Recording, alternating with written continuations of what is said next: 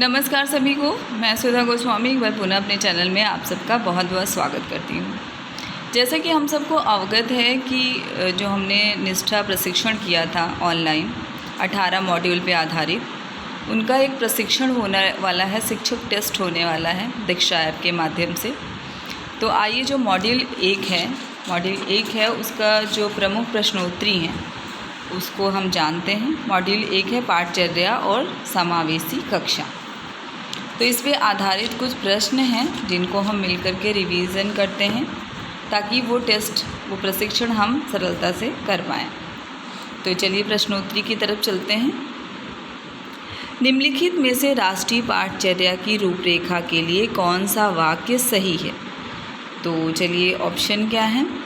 यह शिक्षा पर राष्ट्र नीति के उल्लिखित दृष्टि के अनुरूप शैक्षिक उद्देश्य प्रदान करता है।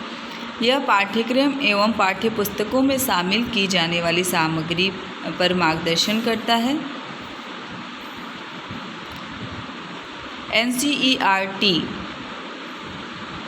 NCF को विकसित करने का आदेश दिया गया है इसमें, या फिर सभी।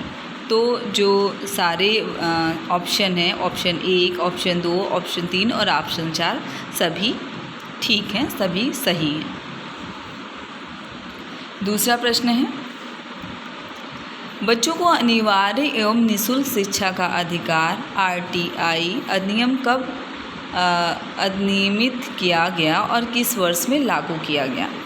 तो इसका सही उत्तर है वर्ष 2009 में अधिनियम किया गया और अप्रैल 2010 से लागू हुआ, या 2008 में अधिनियम किया गया और अप्रैल 2008 में लागू किया गया। तो ये इसके ऑप्शन हैं और इसका सही उत्तर है वर्ष 2009 में अधिनियम किया गया और अप्रैल 2010 से लागू हुआ। तो इसका पहला ऑप्शन सही है।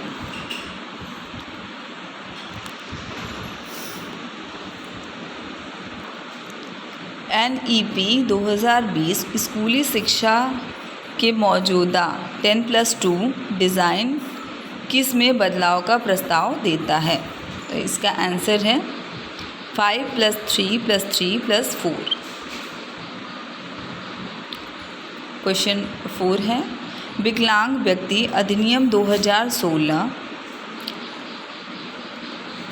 समावेशी शिक्षा को शिक्षा की एक प्रणाली के रूप में परिभाषित करता है। शिक्षा की एक प्रणाली जिसमें विकलांगता और बिना विकलांगता वाले छात्र शामिल हैं। तो इसका सही उत्तर है एक साथ सीखें और शिक्षण सीखने की प्रणाली उपयुक्त रूप से अनुकूलित है। मतलब सबको एक साथ सिखाना है और शिक्षण और सीखने की प्रणाली वही उपयुक्त है। भारत में शिक्षा पर पहली और दूसरी राष्ट्रीय नीति को किन वर्षों में तैयार किया गया? तो इसका उत्तर है 1968 और 1986। भारत में शिक्षा पर पहली और दूसरी राष्ट्रीय नीति, पहली 1968 और दूसरी 1986। इन सभी को छोड़कर UDL सिद्धांत है व्यवहार और प्रबंधन के कई साधन का सिद्धांत है व्यवहार और प्रबंधन के कई साधन। निम्नलिखित में से कौन सा कथन पाठ्यक्रम के लिए मान्य नहीं है? तो इसमें ऑप्शन है, इसमें पाठ्यक्रम पाठ्यपुस्तकों, शिक्षा शास्त्र और मूल्यांकन विधियों को शामिल किया गया है।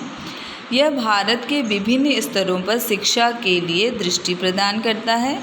यह स्कूलों में शिक्षा के उद्देश्यों को लागू करने के लिए डिज़ाइन की गई नियोजित गतिविधियों का एक समूह है।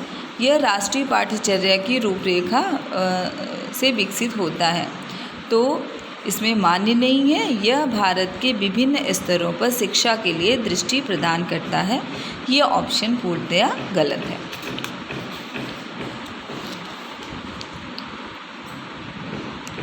समान विकलांगता वाले 2 बच्चे हमेशा कक्षा में शिक्षक द्वारा समान हस्तक्षेप की आवश्यकता होती है। कक्षा में शिक्षक द्वारा किसी भी हस्तक्षेप की आवश्यकता नहीं होती। कक्षा में शिक्षक द्वारा किसी भी हस्तक्षेप की आवश्यकता नहीं होती सभी। तो इसमें यही है कि समान विकलांगता वाले बच्चे में शिक्षक को हस्तक्षेप की आवश्यकता नहीं होती, किनको बार बार टोके ऐसी आवश्यकता नहीं है। राम दृष्टिबाधित छात्र है, निम्नलिखित में से कौन सा उसके लिए अभिविन्यास और गतिशीलता प्रशिक्षण के लिए सबसे उपयोगी होगा? तो इसमें से ऑप्शन है नोटबंदी के लिए स्लेट और स्टाइल, सीखने की गतिविधि का मौखिक विवरण, स्कूल भवन के स्पर्श नक्शे, ऑडियो क्लिप्स। तो सबसे वो दृष्टिबाधित बच्चा है तो स्कूल के भवन के जो स्पर्श नक्शे हैं वो उसको सबसे अधिक उपयोगी होंगे, वो छू करके उसको महसूस करके सीख सकता है। समावेशी शिक्षा को बढ़ावा देने के लिए निम्नलिखित में से कौन सा महत्वपूर्ण नहीं है? शिक्षक की सामाजिक आर्थिक स्थिति, शिक्षक का सकारात्मक और निष्पक्ष रवैया, शिक्षक का विश्वास कि सभी बच्चे एक साथ सीख सकते हैं सभी। तो इसमें जो पहला ऑप्शन है शिक्षक की सामाजिक आर्थिक स्थिति का कोई लेना देना नहीं है, तो ये ऑप्शन सही है। इस मॉड्यूल के कुछ सार भी हैं, तो आइए उसको भी देख लेते हैं। ये मॉड्यूल हमें क्या क्या सिखाता है।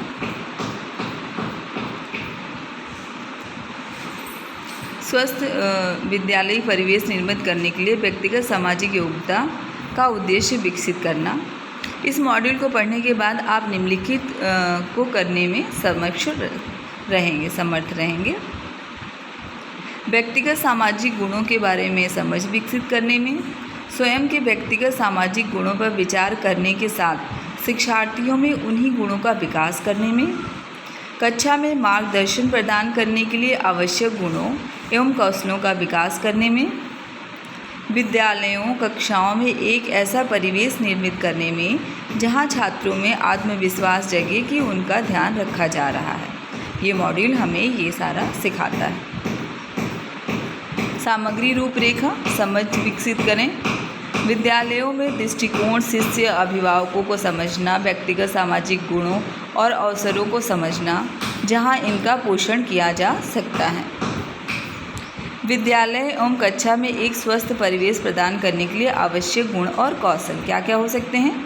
संवेदनशीलता और देखभाल, विश्वसनीयता, स्वयं और दूसरे के प्रति सकारात्मक दृष्टिकोण, प्रभावी संप्रेषण कौशल और पुनरावृत्ति। शारीरिक और भावनात्मक रूप से सुरक्षित और स्वस्थ परिवेश के बारे में जानकारी।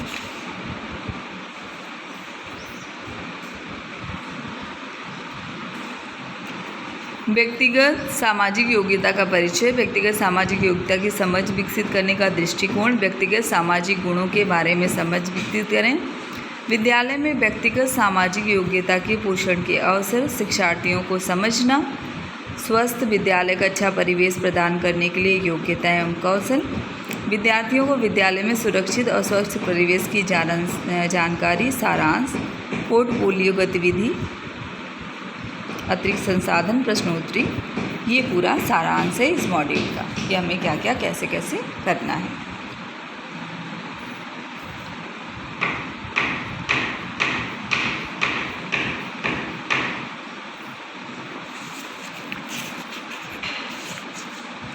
तो ये था हमारा मॉड्यूल नंबर 1 पाठचर्या और समावेशी कक्षा।